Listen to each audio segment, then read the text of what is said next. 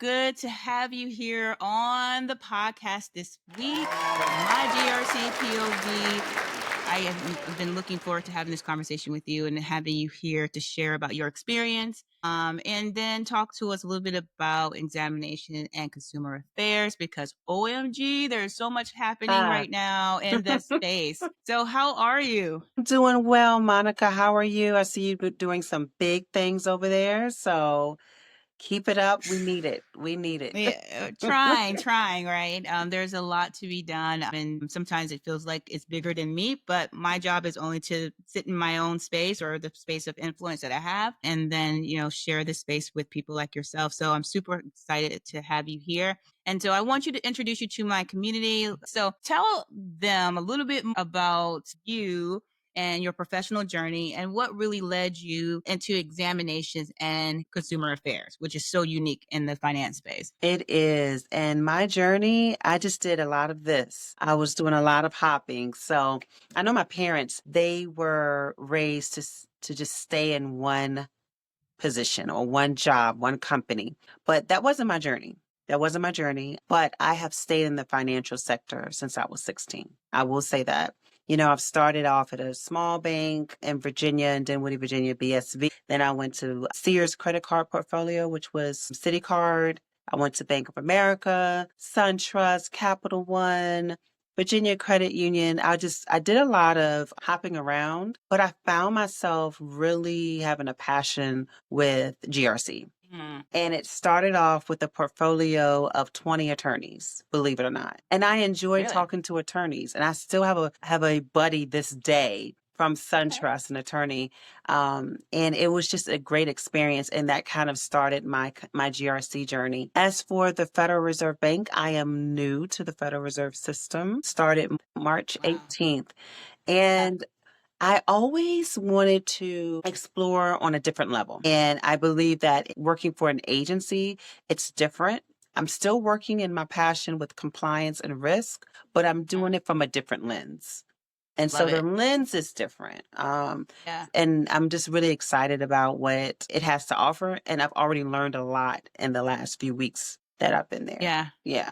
Yeah. So what made you transition into very new current role Yeah. as Director of Examination and Consumer Affairs? Or in addition, to tell us a little bit more about examination and consumer affairs, because some people may know a little bit about consumer affairs, but not really examination. Yeah. And the Federal Reserve, it's not just monetary policy. We're here or they're here there to educate the Oh, okay. consumers, right? We have a Yeah. lot of different platforms. We can go to the website to learn more about what's happening in their local area where they reside, their district. We have conferences, we have Mhm. newsletters. We want the consumers to understand what's happening around them, but also be educating them. We want them to be educated as well. So we don't just examine banks.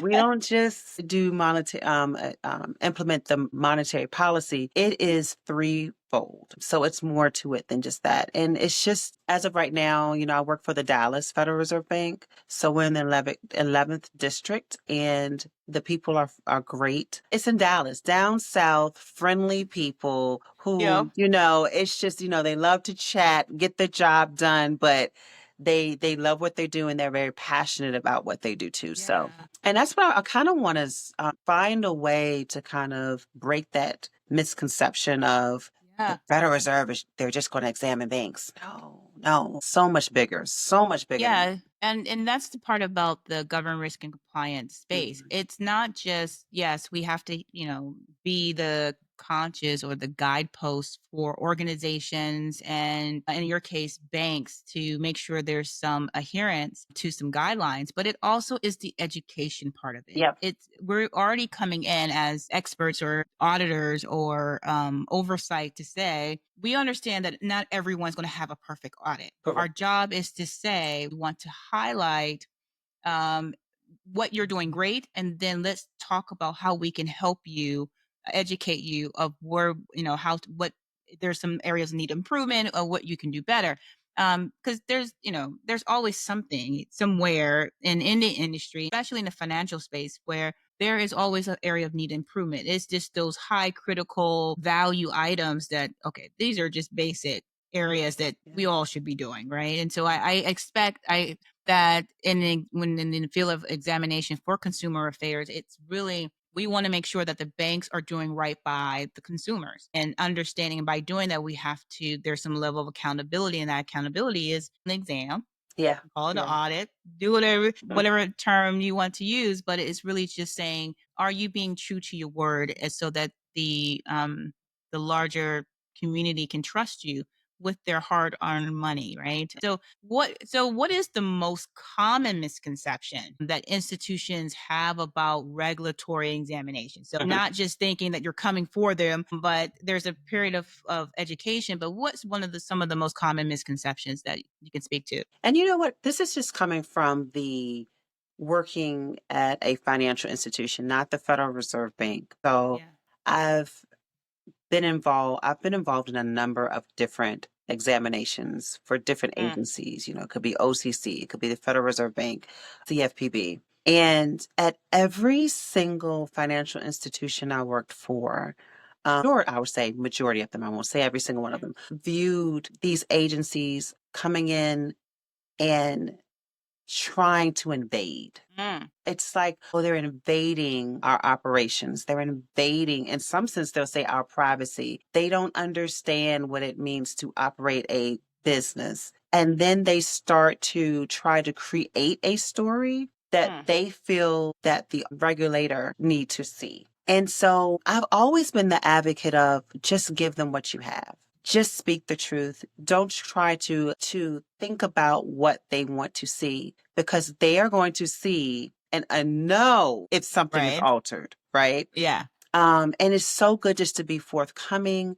and it's so good to just to give them exactly what you have. Another piece of that too is to be able to have someone who can effectively and efficiently communicate to to the regulators, so that Yeah. way there aren't any coming back and saying things in a different manner, or you can eliminate the need for these regulators to come back and ask additional questions. So that's going Yeah. to be key. I've been at a number of banks where they would ask questions, the regulators would ask questions, and they weren't able to answer the questions correctly, Wow. or the Wow. person that they've chosen did not really they weren't intimately involved in the process, and so Yeah. just did not know how to answer those questions. They didn't know the answer, and it's okay to say at that point, I'm not quite sure, but I have a team of people, you know. So I would say those two are one of the two aspects where I would kind of hone in on for banks, to say Yeah. just give them what you have, speak the truth,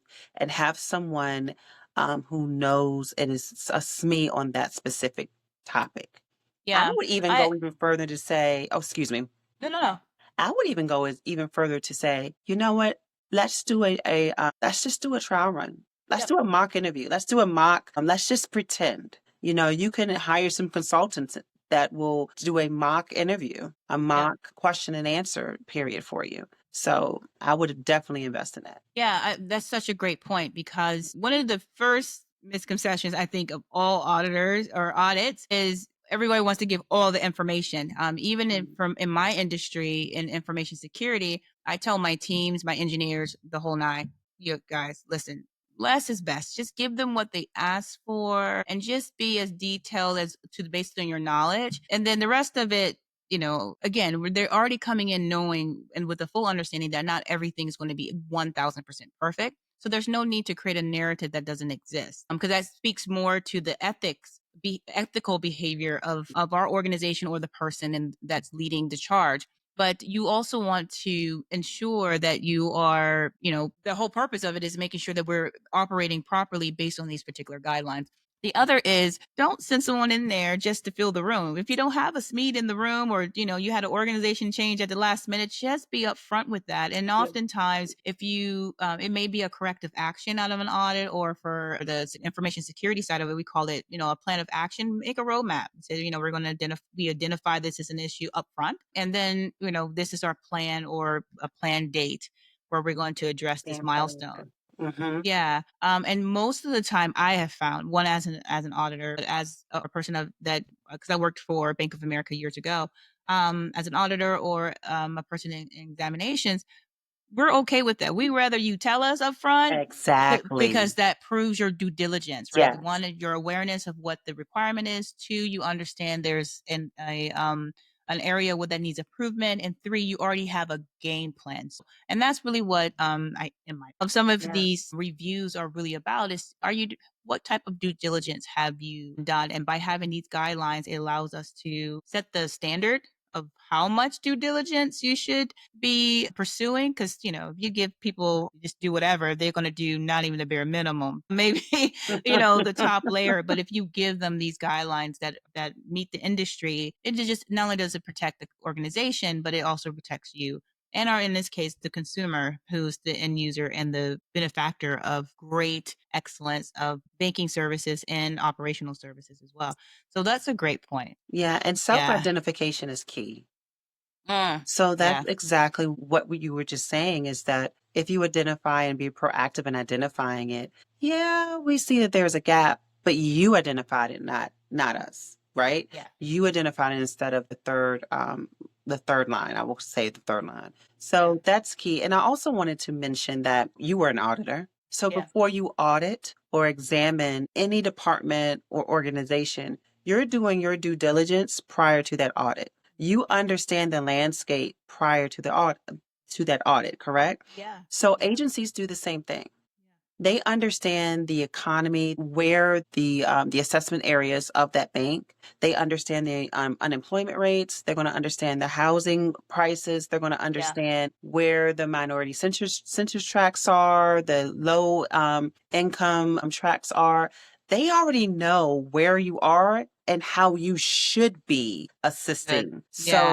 So, trying to come in and massaging the information or data or trying to speak to it softly, Yeah. they're already aware. They're already aware. Yeah. Yeah.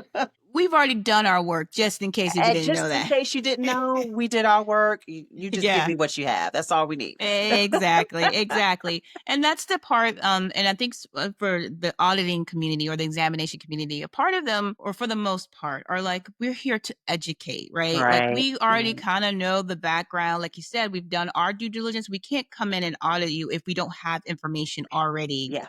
Yeah. of your organization. So there is a set expectation of what we're expecting to see. And for the most part, unless you're missing these critical top tier issues, most of the time you'll get a corrective action, and then you have to correct it. Then Uh-huh. there's a re-audit or review.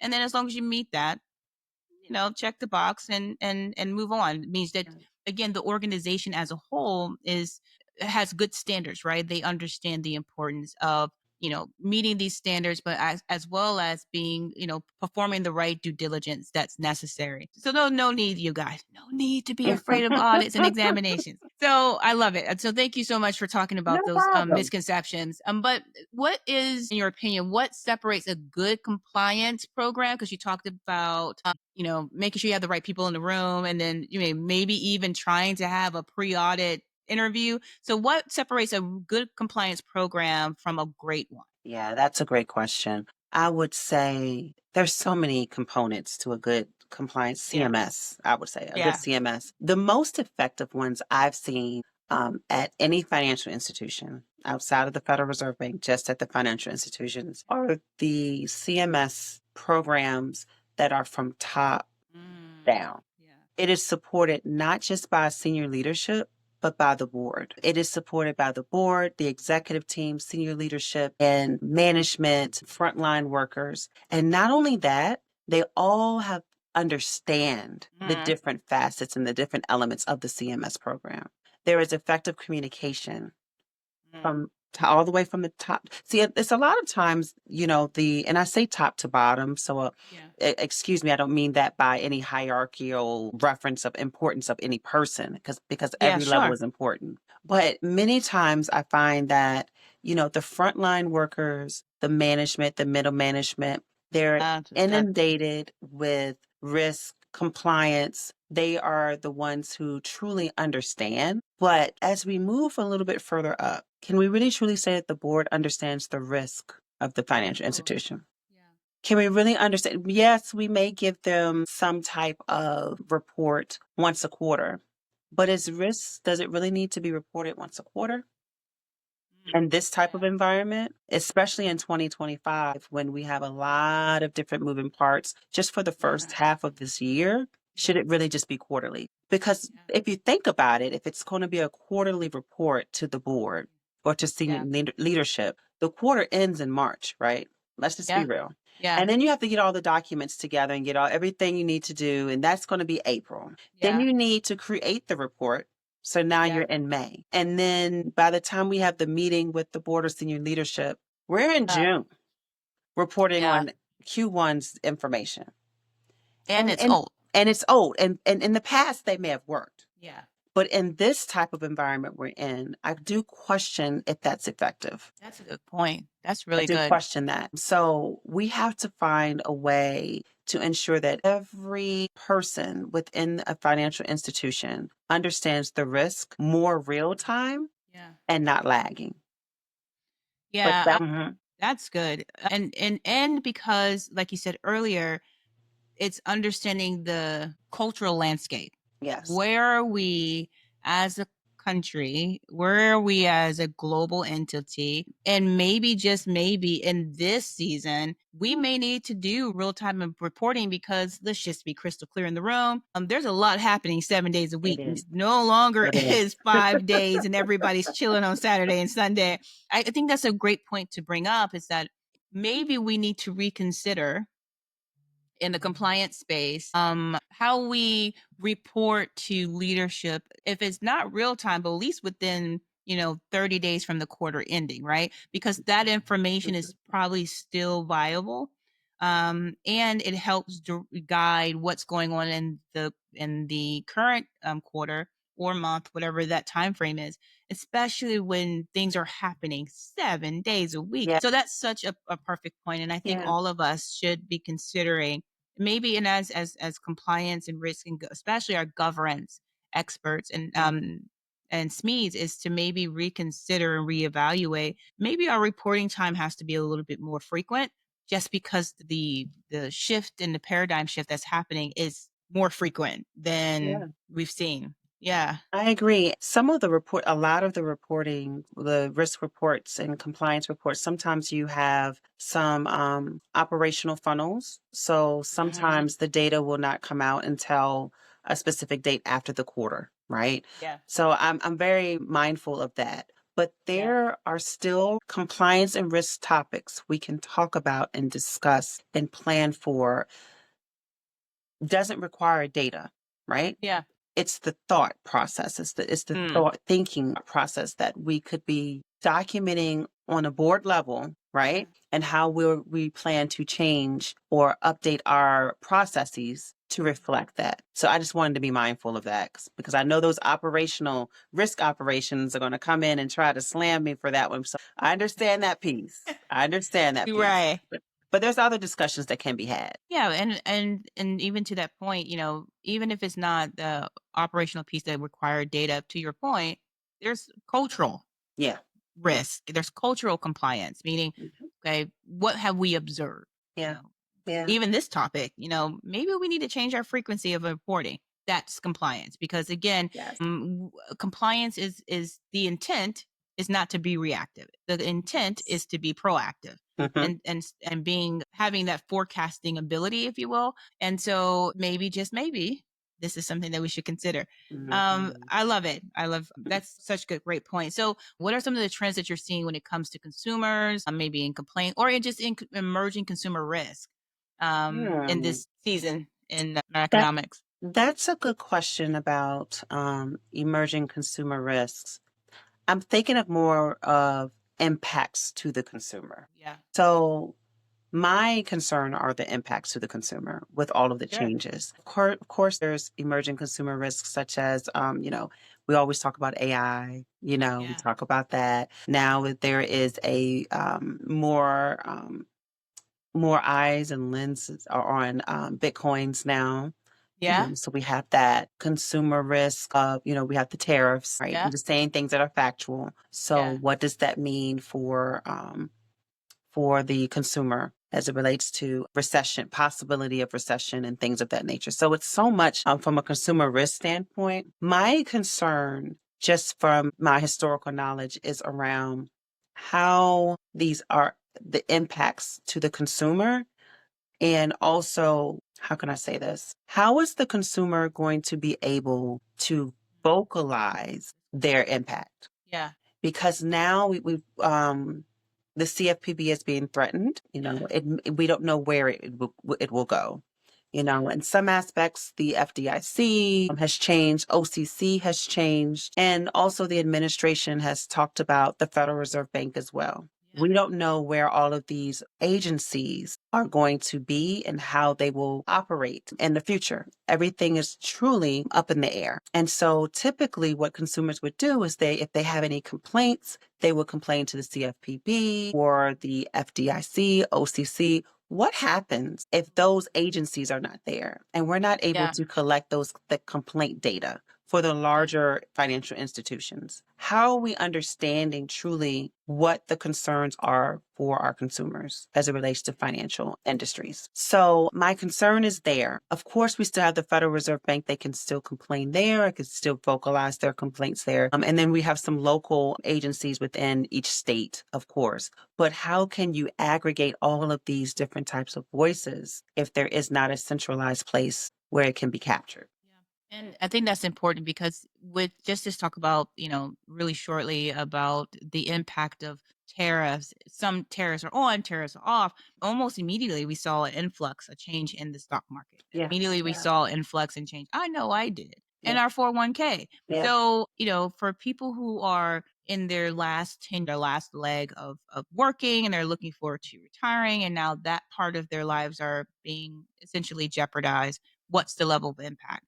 And then having an organization such as the Consumer Protection Organization or agency that would be their place to have those conversations, to advocate for them, Mm-hmm. or to raise the issue in the right way. And then understanding how a central location for national perspective helps the country understand the economics, but and also the information that is available through state agencies will help the state understand how their people are living and what is the actual situation for those constituents and residents. So I think that's really important to really have those conversations and to understand that when we are talking about economics or the social landscape of our country, we're also talking about consumer protection. Exactly. And Yeah. how that impacts you and I is a big deal. And so we need individuals like yourself in these spaces that are concerned about the consumer risk so we can hopefully provide guidance to those who either reporting or board. And if the board gets it, then they can report it to those in our federal space. Without the, like you said, without the information, what are we actually reporting? And Right. how do we walk or guide our constituents or our neighbors through a time like this? So so based on that, how do consumer concerns like shape how you focus on regulatory Mhm. compliance, like with Yeah. you carrying that passion or burden, if you will, for Yeah. the consumer? Yeah, I think every regulatory agency, when they receive, mentioned complaints, when they receive complaints, that's information where they can, that's data, Yeah. where they can gather insights and really look at what the consumer is thinking, seeing, and also look to see where there are gaps, opportunities, pain points within the financial sector. Yeah. So that is one place that's one Mhm. place where all agencies would look to see where there are pain Okay. points. Um, Also, they look at again the economy. And the bank's service areas or assessment areas. So if you're seeing that and I'm just making this up, I'm just making it up. Sure. If you're seeing that in Richmond, Virginia, the unemployment rate is and that is the 10th highest out of all of the metropolitan areas, right? Mm. Yeah. That is a good indicator that possibly that area would need some type of either special crediting, will need some type of products that could service the consumers there who may not have, um, they may not have a job or low income in that area, right? Yeah. So those are indicators as well that could help any agency really assist with managing the risk in that area. It's just the economics and the environments around there. Also, we're looking at unbanked individuals. A lot of Mm, financial institutions look at the area and see who's unbanked. You know, there is a vast amount of people in the United States who do not have checking or savings accounts interesting. at all for various different reasons. You know, you may have some who may not want to pay an outstanding debt. You know, they don't want a garnishment. You may have someone who is just scared of the banking system. They may not have a bank that's near them, believe it or not. You know, Okay. you're looking at those rural states where like West Virginia, Canada, excuse me, Kentucky, where you just don't have a lot of urban areas. Sure. So what can you do as we're here to assist and reinvest in the community. So where can we go to invest in our community? All financial institutions have I would say I don't want to say a requirement, but it's almost like a requirement to assist the community. And so Yeah. we want to make sure that we're in places where it's convenient for everyone and we can give back to the community. So you know, there's various different ways where you can assess the risk, but the CFPB and in some aspects, the OCC, FDIC, and all those other agencies are there to ensure Yeah. that banks are assessing risks and ensure they're taking action upon the places where they have high risk, right? Okay. So when you're threatening that type of institution without having a plan B or a substitute or someone that can come in and fill that type of responsibility, there will Yeah. always be a lack as it relates to consumer protection. Yeah. Yeah, That's good. Yeah, and I think and having that concern and understanding the focus is to give back to the community, right? And to exactly. but you need the data to understand the areas that are in need of additional services. Yeah, And so taking away organizations that compile that amount of data and then set the guideposts of we believe this is the best and with the data supporting it that this these actions are supposed to help with your community. So again, if there's resources available, then people will tap into those resources. But if you take away resources, then that might be yeah. there's a loss of interest, and then you have fear, and then you have concerns, and you have, what do I do? So I can definitely see where the importance of understanding the risk in the communities Mhm. and how to communicate that properly to the financial institutions as well as to the local communities, right? Yeah, And to make absolutely. that happen. Yeah. So with us moving into a world that is advancing very quickly with Mhm. technology, like AI and so many others. Like, so what role does technology play in enhancing or maybe complicating consumer? It definitely, I feel like it's both. We definitely need AI to some capacity. AI is great in really automation and in those really complex calculations. We would need something that is really quick, something that can be done repeatedly over and over and over again. We definitely have that in every single industry, not just banking, right? Yeah, Every absolutely. industry. AI has been great at helping to be more efficient Yeah.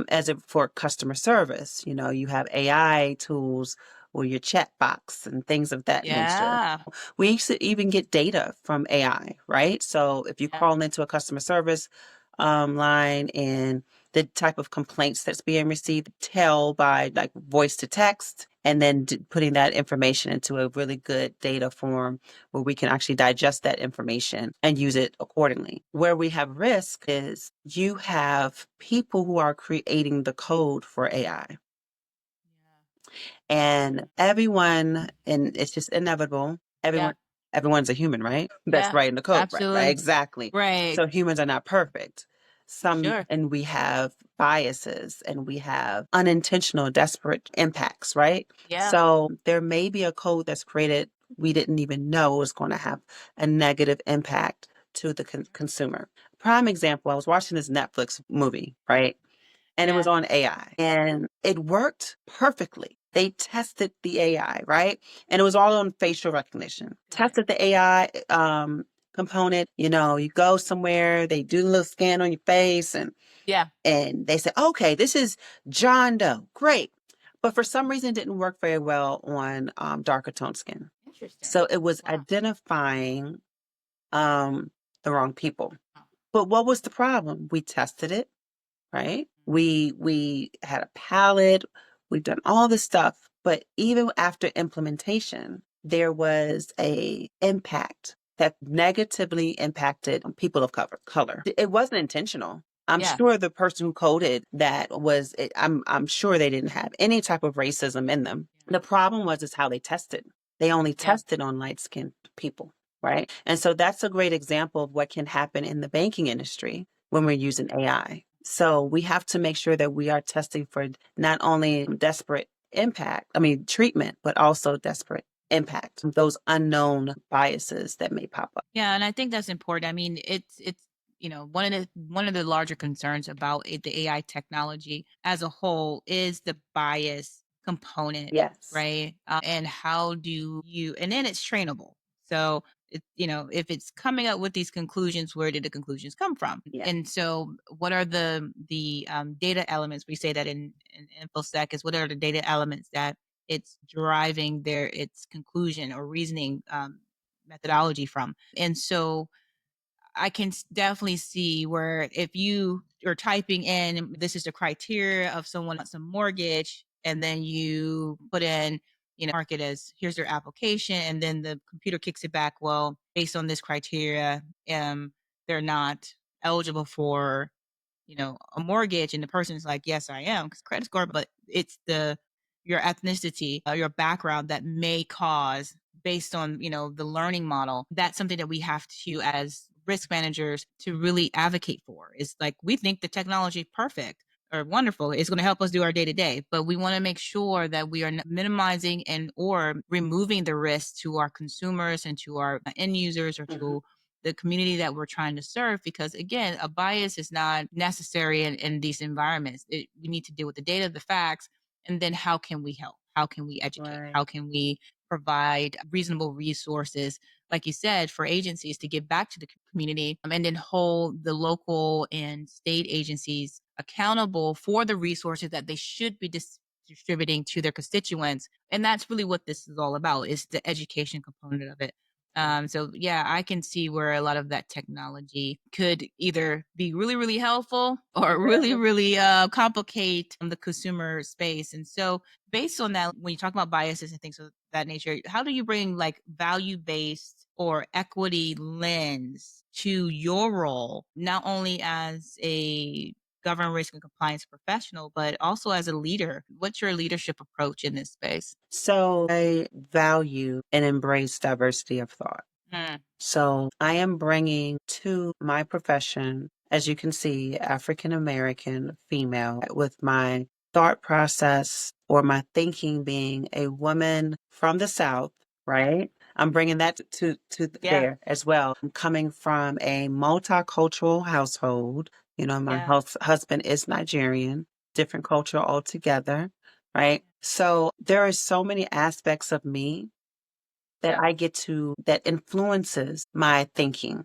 and how I process and how I lead. So I'm bringing that to the Federal Reserve at every place that I go, right? yeah, sure. And so it's the same and true for every member that's on my team or in consumer affairs, right? Every person brings a different aspect, and I'm embracing everyone's thought. I'm embracing how everyone likes to learn and how they like to receive data. Because guess what? We're working for the US citizens, right? And every US citizen is different. They need to receive different. They need to interpret differently. And I just said earlier that we not only just evaluate or examine banks, we're there for them. Yeah. We're creating an environment so they can learn more about the financial institutions, their finances, the consumers, compliance, and even to banks. We create learning and training opportunities for them too. So I am bringing that aspect to the Federal Reserve Bank, and I'm very thankful that I work with a team who embraces it. They embrace that diversity of thought. Um, And I can honestly say it's a very diverse team. Everyone comes in and everyone we can see this one piece of paper that has a red triangle on it, and each one of them will explain that red triangle differently. Yeah. And there's value in that. We definitely need that. If not, then we would be in a working environment where you're doing the same thing day in and day out. And that's neuroplasticity, right? Yeah. That's just Yeah. where your brain is just functioning. It can't learn anything else. It can't expand itself because you're so used of doing the same thing day in and day out. Where when you have diversity of thought, you're learning from each other, you're teaching each other. And it sparks up this passion in you where you Yeah. just want to do more, Yeah, right? I agree. I agree. And I think it's also the profession of GRC has evolved as well, right? Yeah. From just the data and facts to culture and understanding the culture, the equity, having that equity lens, Yeah. because it does come down to if you are saying, I am here for the community is made up of multiple cultures and people. And so we are to be a advocate or a voice in spaces that make decisions that are moral and ethically correct, setting those guideposts in those spaces where will impact communities of varying backgrounds. How would you know if you don't have someone in the same in the conversation that could provide some feedback of, yeah, that may have worked for this one particular community, but we have a community of people that may need another financial resource. Yeah. And how do we do that? So I like that approach, is that understanding that diversity of thought is key. It is not about necessarily Yeah. your ethnic, but your culture that you bring to it, your understanding of culture. It's important. And so, yeah, that's Yeah. beautifully said. It's it's Beautifully it's said. it's definitely needed, especially where we're in an environment where well, this is factual. DEI is, being cut Yeah. if it has Yeah. not already in some places. And so we have to re-emphasize the importance of it and the reason why it was created, right? It was to create a safe space. It was to be able to sit at the table. Not that you weren't qualified to sit at the table. Right. It's so you could sit at the table. Yeah, being that it's the intentionality of saying, Mhm. let's make sure we create space Exactly. at the table, right? It's Exactly. like you, to your point, it wasn't that we didn't qualify or the groups didn't qualify. It was it was raising the intentionality of ensuring that every voice, every valued, every diverse thought was at the table in order to better the culture, the community, the country as a whole. You can't do that with one group of people. Yeah. Yeah. Yeah. Yeah, that's so good. So Yeah. good. So on that point, what advice would you give to a young professional, person of color, woman who's considering a career in compliance or regulatory, financial or regulatory leadership? What's your advice for someone who's trying to get into this field or considering transitioning into this field? I would say observe. Mm, I did not understand the power of observing mhm. until a few years ago. Typically, well, I'm not going to say typically. When I left college and I started my career, I was on the go. I was like, okay, I want to show that I know what I'm talking about and I want to show myself, right? But I did not take time to observe and see how people were moving who were successful, right? And I just wanted to make sure I was seen, but I didn't take the time to understand how to be seen correctly That's good. in the right light. Yeah. If I had worked smarter and not harder, I really truly feel I could have had more opportunities. So I know that we all know that when you're in a meeting, you probably read the article, you don't talk, you kind of sit back, you listen, you just say the most powerful thing, in the meeting. I don't necessarily agree with that. But I think what they're trying to say is if you're not talking, you have no choice but to observe. Yeah. If you're That's good. truly engaged in the meeting, right? Yeah. You have no choice but to observe, which would lead you to ask the right questions. Which will probably be the most powerful thing in the Exactly. meeting. Yeah. Exactly. Exactly. So I would tell all professionals, young professionals or anyone who's coming into GRC CMS to observe. And especially because the GRC culture is about retaining and processing and listening and thinking about, it's all about processing because we need to know, okay, this regulation has changed. How is this going to impact operations? How is it going to impact IT?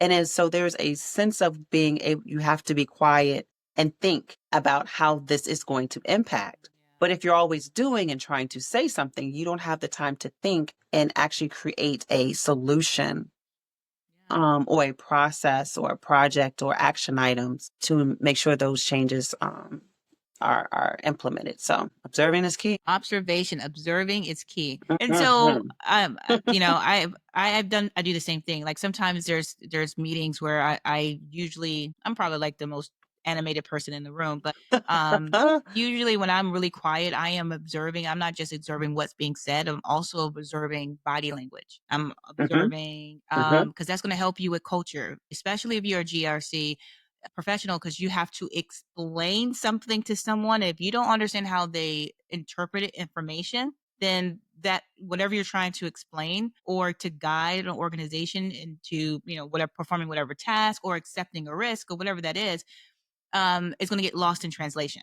But if you take a moment to observe how they communicate, then you can be flexible in your way of communicating so that everybody's going to accomplish the same thing. You get what you need done. They understand what the actual importance of it and the buy in, but that doesn't help if you're the one that's always talking in the room without understanding the audience in which you're going to have to engage with. So that, Yeah. I am a total down for observation. Yeah. It's all about the power of persuasion. Yeah. And you have to observe your audience to see if there was, when you're a comic and you're on the stage, they Yeah. gauge if they're doing well by observing the audience, right? So Yep. that's exactly what we do. We're almost to an extent, we have to be lawyers because we have to plead our case. We have to present evidence. We have to, I mean, it's, So vast. oh my goodness. Um, Yeah. And even sometimes there's someone on LinkedIn that I follow, and she says GRC professionals are not just about the compliance or the regulation mm-mm. side of it. They have a business acumen. They understand the business probably better Yes. than the people that are leading the business, Yes. because in order for them to give guidance and understand what applies to these legislations, they have to know the business inside and out. So, yeah, you're right. We have to be lawyers in the room. Yeah. We have to be the Yeah. biggest business mind in the room, and then you have to be the technical lead in the room. So, Yeah. Yes. whatever that is. Yeah. It's not for the faint-hearted. I will say that. Oh, It yeah. really isn't because you cannot examine or audit or review anything within the bank unless you understand it. You've got to understand operations. You have to. Yeah. Yeah. That's so But good. anyway, I could talk about that all day.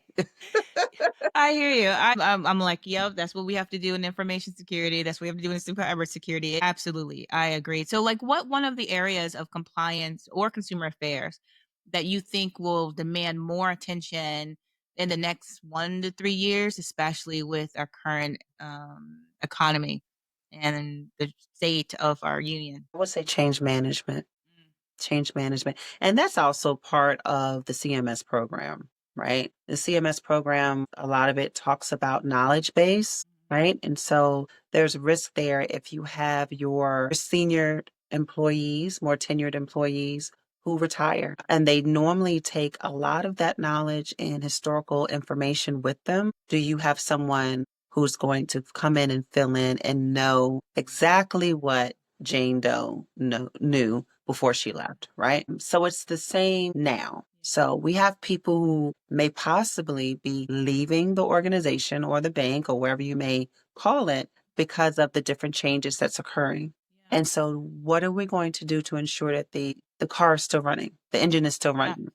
Yeah. Do we have enough knowledge in our back pocket to ensure that we effectively move forward? Right. Also, with that, not only are people leaving, we have new people coming in. We had constant changes with the administration. We have the economy that's changing and shifting every single day. Yeah. How are we managing all of this? When the pandemic came and there was this big disruption, right? Yeah. We had something called a business continuity plan, and we Absolutely. Or a tested the disaster business recovery plan. disaster recovery plan, right? So we tested that. We had that, and I don't know if it was updated, but we had it. But do we have anything that instead of a business continuity plan or a disaster recovery plan, do we have an economic recovery plan? You know, do we have a attrition recovery plan, right? So that's something I really, and that's all about change management. All of those are, it's change management. Really, that's what it is. But I don't know if we focus or if we even have anything like that, but I really do feel it should be created. I think that you're right. I mean, especially changing of the guards. Is there Yeah. history? Like, are we taking the time to record the historic, like you said, the historic data, the history, those processes? Is that data in the right place? Yeah. Is the documentation in the right place so it can be found by the next person coming Mm. in? And so, yeah, change management is going to be really important. And then being able to track that, like if there is an issue that occurs, well, where did that issue occur? And change management allows you to be able to identify those areas. And is that an area that needs to be either strengthened or reevaluated? Yeah. Or, is it really in a weakness? Maybe it's not that particular area, but maybe something that it highlights or brings awareness to. So that's good. Yeah. Change management as a collective, because I remember those disaster recovery plans. Everybody talked about them, right? We're going to have a disaster, but no, I remember saying years ago when we did a disaster recovery initiative or exercise for Bank of America, and they're like, one of the things was, is there going to ever be a pandemic? They were like, oh, we haven't had one in 100 years, blah blah blah, no big deal. And then we See? have 2020 Yeah. in the cybersecurity space. We literally have customers that will ask, what if there's a pandemic? And you can't say that doesn't exist Can't because say it. clearly we just Yeah. we Can't say it that. wasn't it's not a wishful thought anymore. It literally happened. And then how did we actually survive it, kind of thing. And so what is your continuity? Well, how do you recover from it? Those type of things. So I think that's so important. And change management is what continuity allows and disaster recovery allows us to consider and hopefully have something in place that actually is functional. Yeah. Yeah. And not just a theory or a focus group meeting. So I and agree. so I know we're getting close to time, but I wanted to ask you this one Yeah. particular question. Like, what's one lesson you've learned in your career that still guides you today? Wow. Besides observing and observation, you know what? Be fearless. Ooh, Be yeah. fearless. There were so many times where I had that spirit of fear because either it was this fear of doing the wrong thing, it was the Mhm. fear of leaving a job because the job, the organization, I should say, the organization I was currently at and working for didn't treat me very well, but the pay was great. And unknowingly, just by leaving that organization, I was able to land another job making $40,000 more. But I was so in fear, engrossed in fear, thinking that this was the best that I could do, right? Ooh, yeah. I think I heard you guys heard me say in the very beginning, I hopped around. I Yeah. hopped around because every time I hopped, a little bit of that fear left out of me. Got it. And the more I hopped, the better I felt until I landed at the right place. So be fearless. Be fearless. If you are and just starting your career and you want that higher title, a VP, director, we have VPs and directors who are in their 20s now. Be Yeah. fearless. You Yeah. don't have to be 40, 50 years old now to have that Yeah. title. We have millionaires who are in their 20s and 30s who can retire. We have people retiring in their 30s because they were fearless.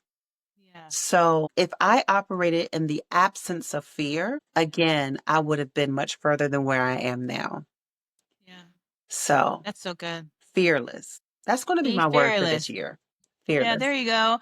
Listen, we have to be, right? I think this Yeah. is the season is we have to be fearless, not only in our decision making, but also in our voice. Be Yeah. fearless to speak up where appropriate. And for the people who may not have a voice, use the excellence that we bring to the table so that it's the betterment of people and the community that we serve. And so, either if it's in the banking industry, if it's me in cybersecurity, if it's someone in healthcare, Yeah. it is the excellence that we bring to the table for our community. And if Yeah. we understand that sometimes it really does, to all of my GRC professionals, it really requires us to be courageous and fearless, because not everyone's going to get it at first. They may not see the importance of what we're sharing, but it's up to us to step to the table to say this is what needs to be done, and being able to communicate that without bias, but being able to communicate that so that people can understand that there's truth there, and there's an ethical responsibility that we have,